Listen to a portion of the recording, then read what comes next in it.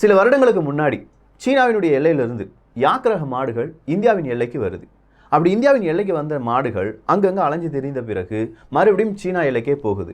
ஆனால் சில மாடுகள் இந்தியாவின் எல்லையிலே நிற்கிறதுனால இந்தியாவினுடைய இராணுவ வீரர்கள் என்ன செய்கிறாங்கன்னா அந்த ஒட்டுமொத்த மாடுகளுடைய கூட்டத்தை சீனாவுக்கு அனுப்பி வைக்கிறாங்க.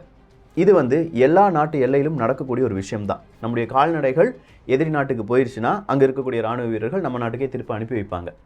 ஆனால் இப்போ நம்மகிட்ட இருக்கிற டவுட் என்னென்னா, இந்த யாக் ரக மாடுகள் 1-2 முறை அல்ல, பல முறை சீனாவின் எல்லையிலிருந்து இந்தியாவின் எல்லைக்கு வருகிறது.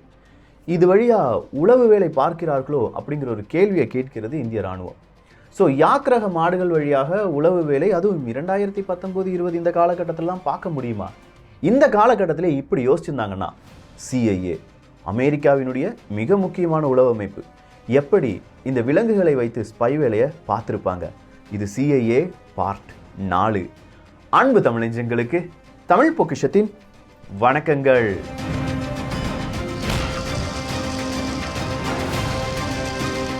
ரெண்டாயிரத்தி 10 எகிப்து மொசாட் மேலே ஒரு குற்றச்சாட்டு வைக்கிறாங்க. ஷார்க் எங்கள் கடலோரமாக வருதுப்பா, இங்கே நீங்கள் ஸ்பை வேலை பார்க்குறீங்களா அப்படிங்கிற ஒரு கேள்வி தான். ஏன்னா 2-3 ஷார்க்கை பிடிக்கும்போது கோப்ரோ கேமராலாம் இருக்கிற மாதிரியே ஒரு அமைப்பெல்லாம் ஏற்படுத்தி இந்த ஷார்க் அப்படிங்கிறது எகிப்தினுடைய கடற்பரப்பில் விடப்படுகிறது.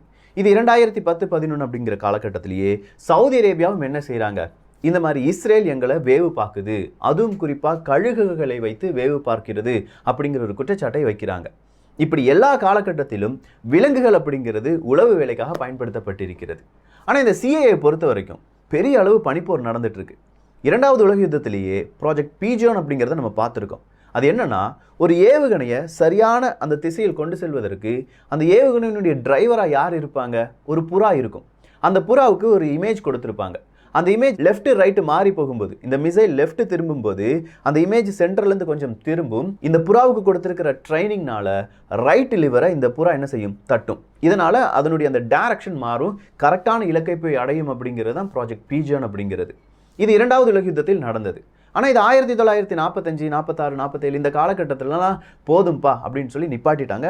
பல ப்ராஜெக்டும் ஃபெயிலியராக மாறிடுச்சு. 1948 இதை எப்படியாவது பெரிய அளவில் சக்ஸஸ் பண்ணணும் அப்படின்னு சொல்லி BF ஸ்கின்னர் அப்படிங்கிறவர் இந்த விலங்குகளை வைத்து பெரிய அளவு சோதனை செய்கிறார். விலங்குகளுடைய டெசிஷன் மெத்தட் என்ன, விலங்குகளுக்கு சாப்பாடு கொடுக்கும்போது அவங்களுக்கு ஏற்படுற மாற்றங்கள் என்ன, இந்த மாற்றம் வழியாக நமக்கு என்ன செய்ய முடியும், இந்த விலங்குகளை உளவு வேலைக்கு பயன்படுத்த முடியுமா அப்படின்னு சொல்லி இவர் பெரிய ஒரு ரிசர்ச்சே நடத்துகிறார்.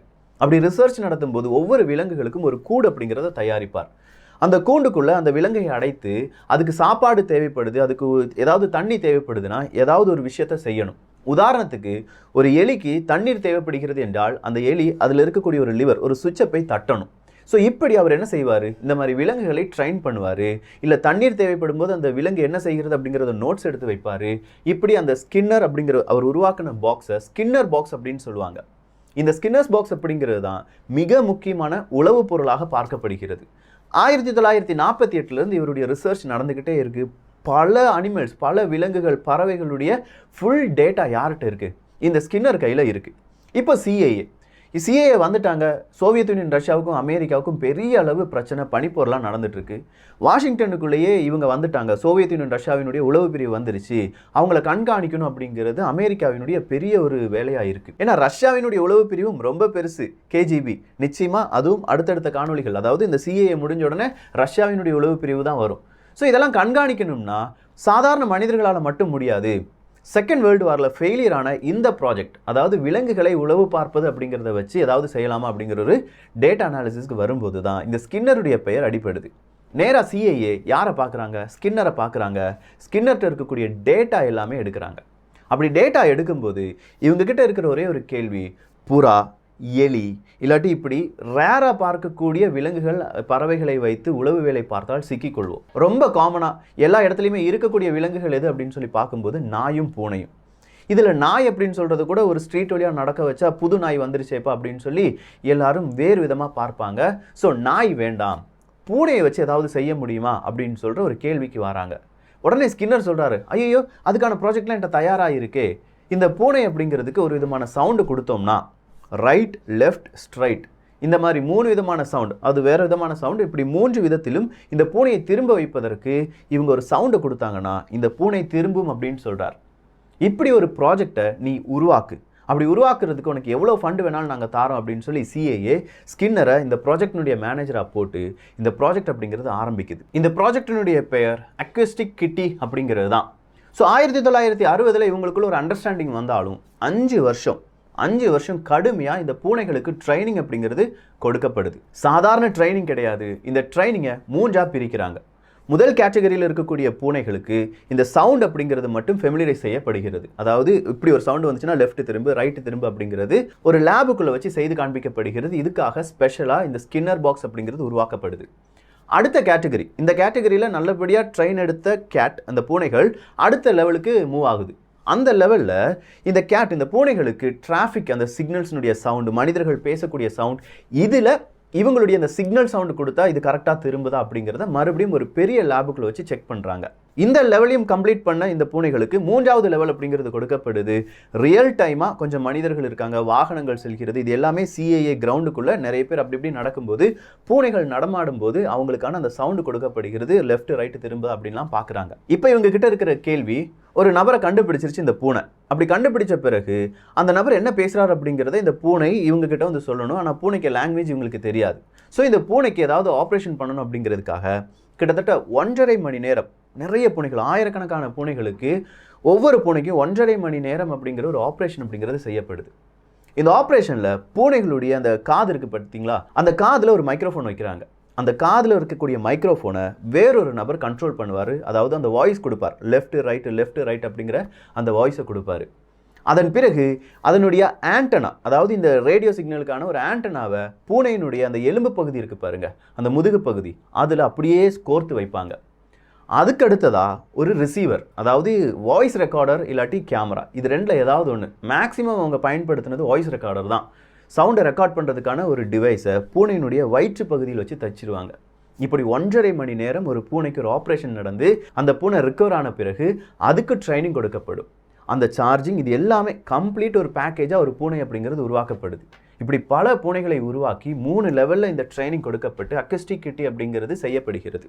அப்படி செஞ்சு கரெக்டாக வாஷிங்டன்லேயே இந்த மாதிரி ரஷ்யாவினுடைய உளவாளிகள் வந்துட்டாங்க அப்படிங்கிற ஒரு இன்ஃபர்மேஷன் சிஐக்கு கிடைக்குது. இதை அந்த உளவாளிகள் என்ன பேசுகிறாங்க, ஒரு பார்க்கில் உட்காந்து பேசிகிட்டு இருக்காங்க, அவங்க என்ன பேசுகிறாங்க அப்படிங்கிறது சிஐக்கு தெரியணும்னா யார் அனுப்பலான்னு சொல்லும்போது இந்த அக்வஸ்டிக் கிட்டியில் ரொம்ப ட்ரைன்டான ஒரு பூனை அப்படிங்கிறது அனுப்பப்படுது.